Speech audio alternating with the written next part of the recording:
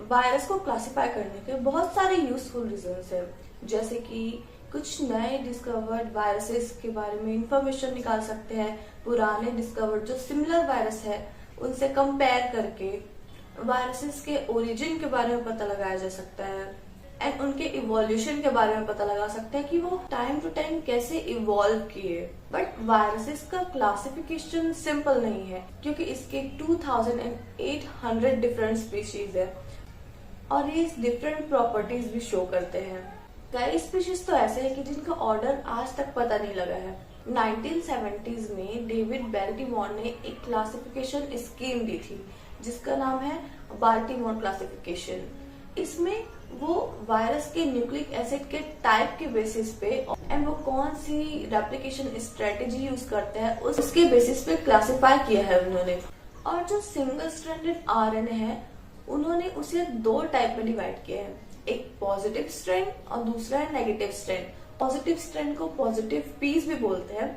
अब उसमें क्या होता है, जो पॉजिटिव स्ट्रैंड आरएनए है वो डायरेक्टली ट्रांसलेट कर सकता है, जैसे कि mRNA होता है हमारे सेल में, वो डायरेक्टली ट्रांसलेट कर जाता है। उसी तरह पॉजिटिव स्ट्रैंड जो है वो डायरेक्टली ट्रांसलेट कर जाता है। बट जो नेगेटिव स्ट्रैंड है उसे पहले पॉजिटिव स्ट्रैंड में ट्रांसक्राइब होना पड़ता है, उसके बाद वो प्रोटीन में ट्रांसलेट हो सकते हैं, वो डायरेक्टली ट्रांसलेट नहीं हो सकते। एंड जो वायरसेस रिवर्स ट्रांसक्रिप्शन शो करते हैं उनके लिए भी इन्होंने अलग से क्लास रखी है। अब उन्होंने 7 क्लासेस के बेसिस पे वायरसेस को क्लासिफाई किया है।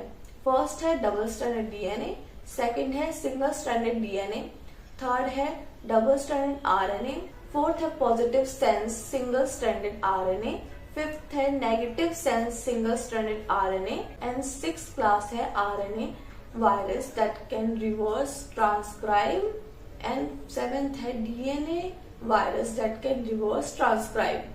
अब जो वायरसेस है वो बहुत ही सारे वेज में उन्हें क्लासिफाई किया जा सकता है, जैसे कि वायरन का साइज, कैप्सिड का स्ट्रक्चर, वो किस ऑर्गेनिज्म को होस्ट बना रहे हैं, उनके फिजिकल प्रॉपर्टीज क्या है, न्यूक्लिक एसिड जैसे कि बाल्टीमोर ने किया है। इसमें बहुत सारे वेज है, जैसे कि वो कौन से टाइप का डिजीज कॉज करता है, तो इसमें बहुत सारे वेज से इन्हें क्लासिफाई किया जा सकता है। तो इसमें बहुत कंफ्यूजन था वायरसेस को क्लासिफाई करने के लिए, तो इन्होंने एक कमिटी बनाई, international committee on taxonomy of viruses and 1966 से ये कमिटी ही वायरसेस को क्लासिफाई करती आ रही है। अब टेक्सोनॉमी क्या है, तो taxonomy is a science of classifying and assigning names. तो उनकी सिमिलर कैरेक्टरिस्टिक्स देखते हैं, उनके प्रॉपर्टीज देखते हैं एंड उनके अकॉर्डिंग जो ऑर्गेनिज्म है या फिर अभी के टॉपिक पे वायरस है उनका नेम रखते हैं जो कि वर्ल्ड वाइडली यूज हो सके।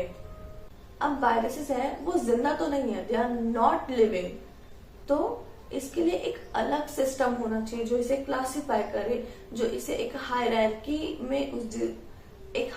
में उसे क्लासिफाई करे, उसका नाम रखे। अब जैसे कि लिविंग ऑर्गेनिज्म है वो domain, kingdom, phylum, class, order, family, इन सब इस हायरार्की में क्लासिफाइड है। लेकिन वायरसेस में ऐसा नहीं है, इसमें होता है सिर्फ order, family, genus and species. अब जैसे प्लांट्स में होता है कि उसकी फैमिली के लिए एक सफिक्स होता है जिससे हमको पता चल जाता है कि अच्छा ये फैमिली का नाम है, जैसे प्लांट्स में होता है एसी, सोलेनेसी। तो वैसे ही वायरसेस में भी ऐसे सफिक्स है जिनसे पता लग जाता है कि ये ऑर्डर है या फिर फैमिली है या जीनस है, तो वो देखते हैं। अब ऑर्डर में सफिक्स होता है वायरस, फॉर एग्जाम्पल पिकोर्ना वायरस। अब फैमिली में वायरस होता है वायरिडे, पिकोर्ना वायरिडे। जीनस एंड होता है वायरस के साथ, जैसे कि एंट्रोवायरस। और स्पीशीज जो है वो जनरली कॉमन नेम से होता है, जैसे कि राइनोवायरस ए,